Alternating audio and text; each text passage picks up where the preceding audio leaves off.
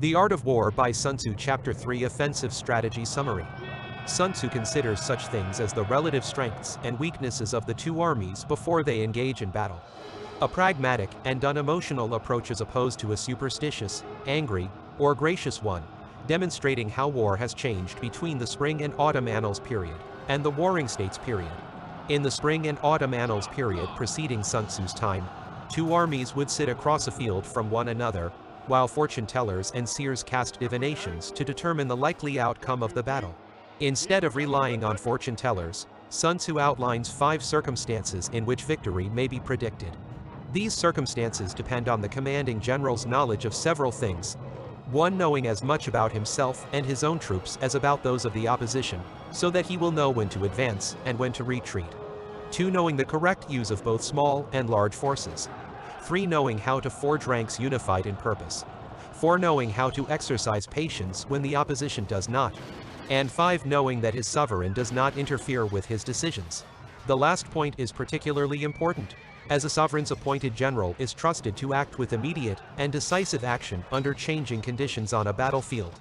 The relationship between a sovereign and his commanding general, Sun Tzu states there must be complete trust. The implication is that the same must also be true of the troops placed under the general's command, because they will only be confused and ineffective if the general's authority is compromised. Control of impatient actions in a siege situation is as critical as it is difficult, as was pointed out in a specific example of a siege gone wrong. The rules of engagement during the Spring and Autumn period dictated that the head of each army exchanged gifts prior to battle.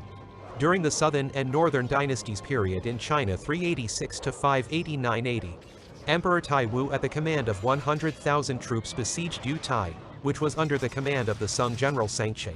According to custom, the emperor asked Sangche for some wine, but was sent a pot of urine instead. This so enraged the emperor that he attacked the city at once. After 30 days of fighting, over half of the emperor's army was decimated. Thus we may know that there are 5 essentials for victory. 1. He will win who knows when to fight and when not to fight. 2. He will win who knows how to handle both superior and inferior forces. 3. He will win whose army is animated by the same spirit throughout all its ranks. 4. He will win who, prepared himself, waits to take the enemy unprepared. 5. He will win who has the military capacity and is not interfered with by the sovereign. If you know the enemy and you know yourself, you need not fear the result of 100 battles.